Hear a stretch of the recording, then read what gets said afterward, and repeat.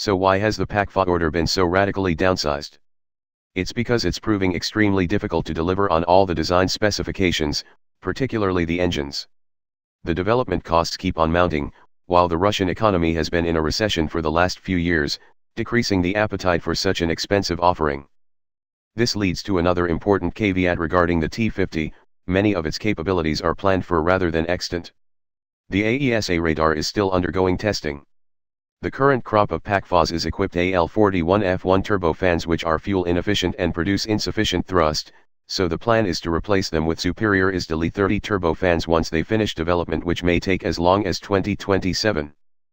Step right up, ladies and gentlemen. Entering the ring today are the two ultimate stealth fighters of the day, the F-22 Raptor and the PACFA T-50. The former has already completed its production run, or has it? The latter will soon begin hatching from its industrial nest, or will it? Today we'll consider which would have the upper hand at various engagement ranges, blows long and short, all are permitted. And just to keep the audiences on its toes, we'll examine the battle in backwards order, like in that one Seinfeld episode. Within visual range, bringing invisible swordsmen to a gunfight? Missile technology has long promised to make air combat about slinging missiles over distances well over 100 or even 200 kilometers. But if both aircraft use stealth technology, the range at which they can accurately target each other with radar-guided weapons is drastically shortened, which in theory could bring back more close-range dogfights. Let's first acknowledge that the F-22 and T-50 share many excellent characteristics. Both can supercruise, go supersonic without using afterburners, at over 1.5 times the speed of sound. The Raptor faster than the PACFA at Mach 1.8 compared to Mach 1.6. Both can operate at up to 65,000 feet high, higher than the new F-35 Lightning. So who ends up on top if the two discrete aircraft end up neck and neck in a within visual range, WVR, dance of death? The F-22 Raptor is the most maneuverable fighter the US has ever made. The PACFA is even more maneuverable. The PACFA uses three-dimensional thrust vector jets. Its engine nozzles can literally tilt independently in any direction to assist it in executing maneuvers. The jets assist it in yaws as well as changing pitch, and permit very high angles of attack, that is, when the nose of the plane is pointed in a different direction than the vector of the plane. The Raptor uses two-dimensional vector thrust jets which can only go up and down in unison, affecting pitch only. This is still quite awesome. The Raptor is the only US fighter that is super maneuverable. But it's not the equal of the PACFA's agility. What does maneuverability let you do in fighter combat? It can help the plane dodge missiles, useful in any scenario, and position itself in advantageous firing position for WVR combat.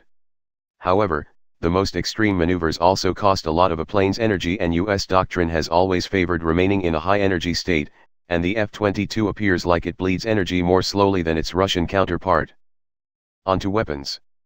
Although the F-22 has a reduced heat signature, the bottom line is that in WVR combat, stealth fighters are still vulnerable to infrared-guided missiles. Both aircraft can carry two. For a long time, Russian aircraft had the advantage of superior short-range R-73 heat-seeking missiles that could be targeted via helmet-mounted sights. The pilot just had to look at an enemy plane to shoot at it. Importantly, the plane did not even have to be pointed at the target.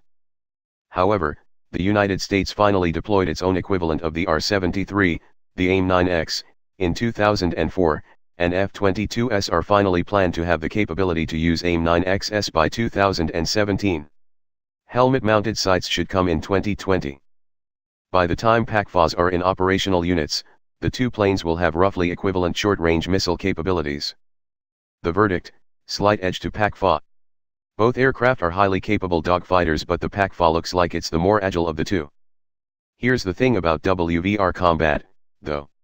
You only get to do it if you survive the beyond visual range, BVR, encounter first. Beyond visual range, keeping your butt off the radar. Let's immediately address the elephant in the room, or rather, aerospace. The F-22 is a very stealthy fighter believed to have a radar cross-section of just 0.001 meters. The PACFA is a stealthy fighter with a claimed cross-section as low as 0.1 meters, from the front. The PACFA patent claims a maximum of cross-section of 1 meter. Those cool three-dimensional thrust vector nozzles in the back have a way of calling attention to themselves. This may not be a tremendous limitation if the PACFA fights defensive engagements in which its opponents are at the edge of their radar net. However, it's far less ideal for penetrating deeply into hostile radar coverage. That may be of less concern for Russia, but it does mean that the PAC-4 will remain more detectable than the F-22 in a variety of situations. In other BVR capabilities, the two designs are more evenly matched. The F-22 and the PAC-4 both have active electronically scanned array radars, or rather, once the N036 Bielka AESA radar completes its development. AESA radars are stealthier, are more resistant to jamming, and boast higher fidelity. The F-22 and PAC-4 will be able to detect each other as they close within 50 kilometers, though which one first is a subject of debate. The T-50 does boast a modern infrared search and track (IRST) system with a maximum 50 kilometer detection range. The F-22 currently has none, though it is slated to receive one by 2020.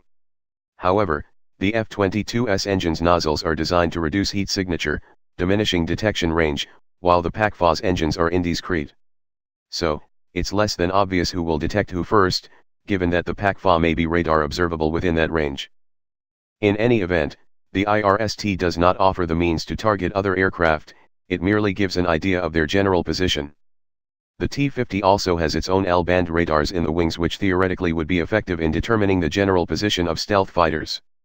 However, their range is fairly limited and they are not precise enough to lock on weapons. Unlike the IRST, they have the disadvantage of making the T-50 highly observable on radar when activated. If U.S. Air Force exercises pitting Raptors against F-15s and F-16s are anything to go by, long-range missiles will ravage fourth-generation fighters at distances at which they have little to no ability to detect and shoot back at stealth fighters. But when two stealth fighters clash, the maximum applicable range will be much shorter. Both planes carry deadly long-range radar-guided missiles of comparable effectiveness. Russia has its cutting-edge K-77M missiles with a reported range of 200 kilometers, and the United States has the AIM-120D Scorpion with a range of 160. The greater range of the K-77M may be an advantage, but not against a low observable stealth fighter. Superior ramjet-powered missiles, such as the Meteor and PL-15, are already being fielded, though it is not clear if either the F-22 or PAC-4 will receive them. The F-22 can carry 6 AIM-120s in its internal bays, whereas the PAC-4 is limited to 4. This does give it a modest edge, as future aerial clashes are likely to involve a lot of missiles flying back and forth, and likely more than one will be launched to ensure a kill. Many experts are skeptical that the PAC-4 boasts 5th-generation avionics and networking technology used in the latest U.S. fighters. Intriguingly, networking with a sufficiently powerful low-band AESA radar, such as that on an E-2D AWACS plane, might allow radar-guided missiles to target stealth fighters. However, F-22 data links are also outdated and have only recently been slated for upgrade. Operationally, F-22s will work in concert with an extensive network of supporting sensors and electronic warfare platforms, both at sea and in the air. There is even talk of using stealth fighters to cue potential targets to be hit by super long-range missiles launched from B-52 Arsenal planes. In contrast, Russian analysts insist that ground-based low-bandwidth radars and long-range surface-to-air missiles such as the S-400 are a sure solution against stealth fighters. These tie the T-50 to operate closer to ground-based positions, which may be acceptable given Russia's security posture. Verdict: edge for F-22. History shows that the side that shoots first in vehicular combat usually wins, and the stealthier F-22 seems more likely to do so, though their capabilities may be more even in a head-on approach. Industrial performance. What is this? I hear you cry.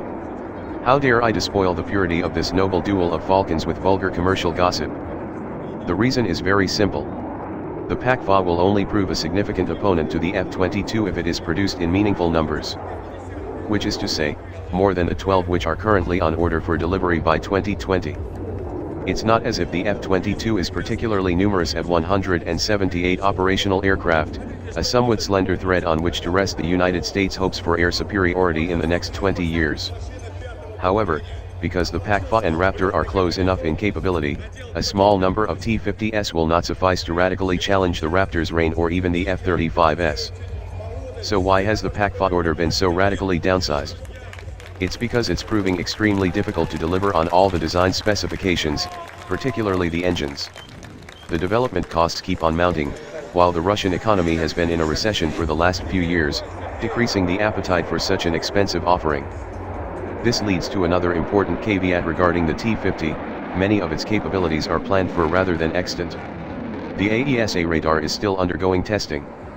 The current crop of PACVAs is equipped AL-41F1 turbofans which are fuel inefficient and produce insufficient thrust, so the plan is to replace them with superior ISDAL-30 turbofans once they finish development, which may take as long as 2027. In short, the PACVA is a work in progress, its final capabilities unclear. And it's very expensive work, leaving large question marks on how many will actually be produced. This leads to another major issue. India, an investor in the PACVA program, is complaining quite publicly about cost and quality issues in the program. Quality control failings such as misaligned fittings may potentially increase the PACVA's radar cross-section. Indian FGFAs would potentially be more sophisticated than the Russian versions, but if India withdraws its order for over 100 aircraft, that project may prove even more difficult to finance. Nonetheless, Russia's defense policies and economic fortunes may well change in the future, and additional orders will likely be forthcoming one day as more of the stealth fighters' systems are refined.